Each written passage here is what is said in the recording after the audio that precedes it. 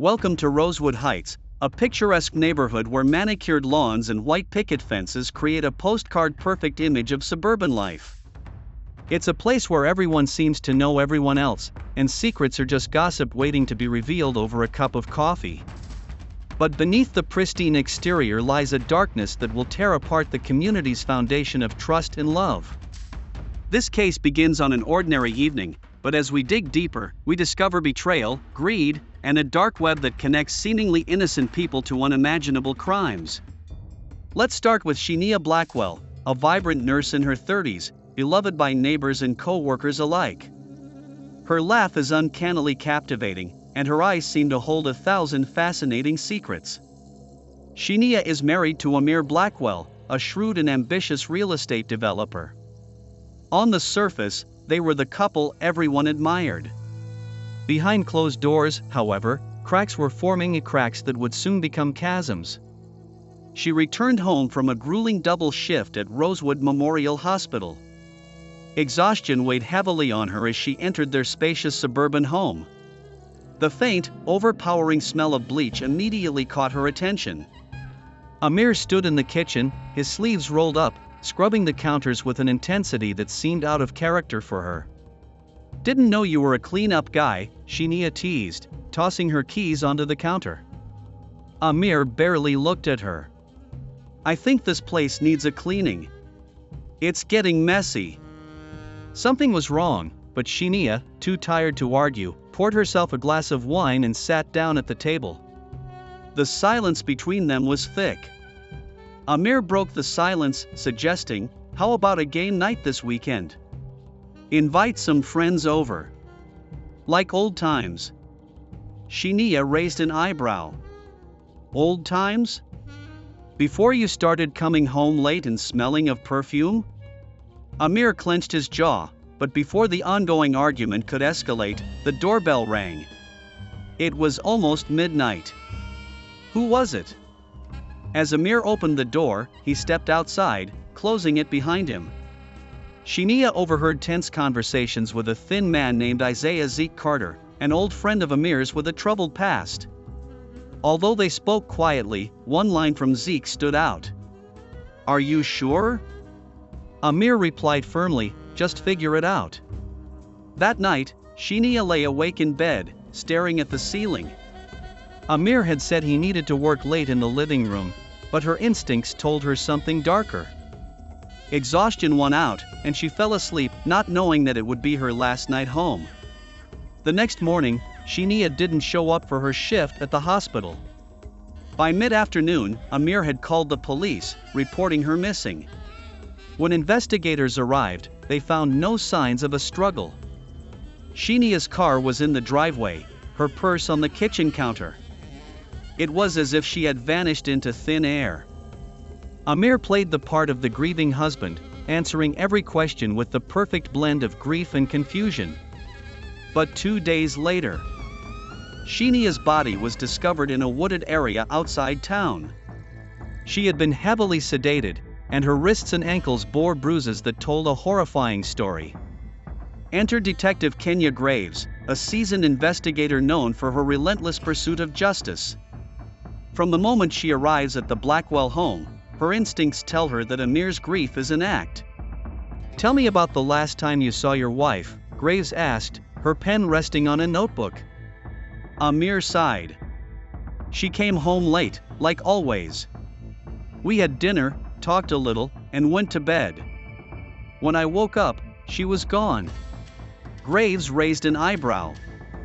"Didn't you hear her leave? No text, no note?" "No." "And the man who came to your house that night, Zeke Carter? What was it?" Amir hesitated. "Just an old friend dropping by. Nothing important." Graves leaned forward. "Funny thing about Zeke, he has a criminal record. Assault, theft, even one attempted murder. Are you sure it's nothing important?" For a brief moment, Amir's composure was gone. As word of the investigation spreads throughout Rosewood Heights, the community buzzes with rumors, infidelity, financial troubles, a reclusive life. Speculation turns into a storm when Graves discovers Shenia's personal diary. Entries hidden in a locked drawer reveal a woman deeply afraid of her husband. Amir thinks I don't know about the pills, Shenia writes. But I'm not blind. I just need to find proof. The case takes a darker turn when Zeke Carter is found dead in his hotel room, apparently of an overdose. But Graves doesn't believe it. The scene is too neat, no paraphernalia, no fingerprints.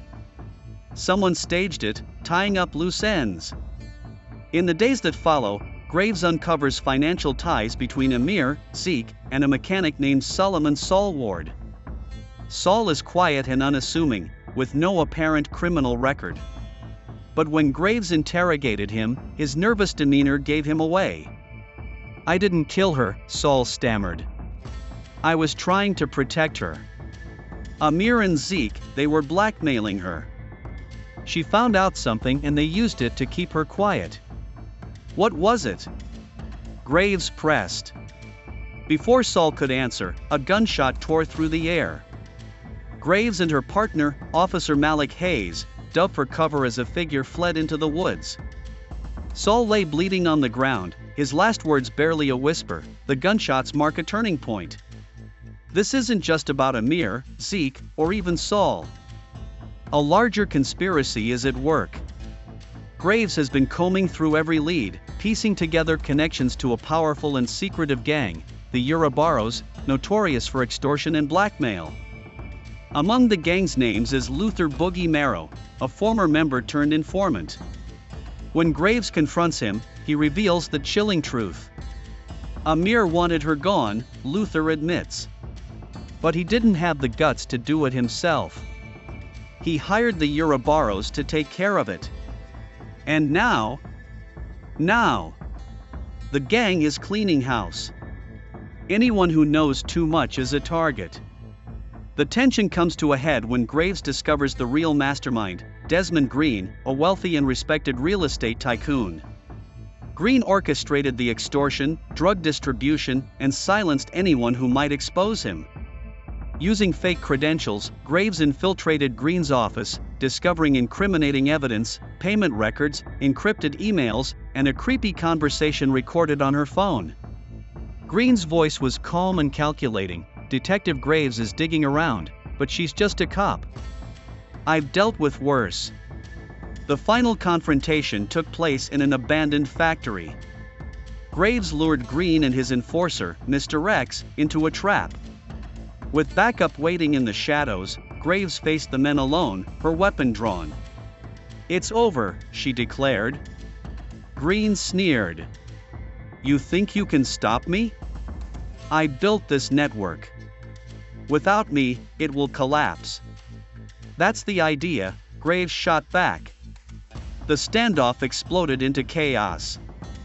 Mr. X lunged at Graves, a knife glinting in his hand. They wrestled violently until a loud clang rang out. Kamar Lewis, Shenia's best friend, had struck Mr. X with a metal bar. Graves seized the opportunity, firing a shot that killed Mr. X. Green tried to flee but was stopped by backup. With Green's arrest and Mr. X's death, the web of corruption in Rosewood Heights was broken. Graves' evidence exposed not only Green's empire but also the complicity of local officials. Shenia's name became a rallying cry for justice.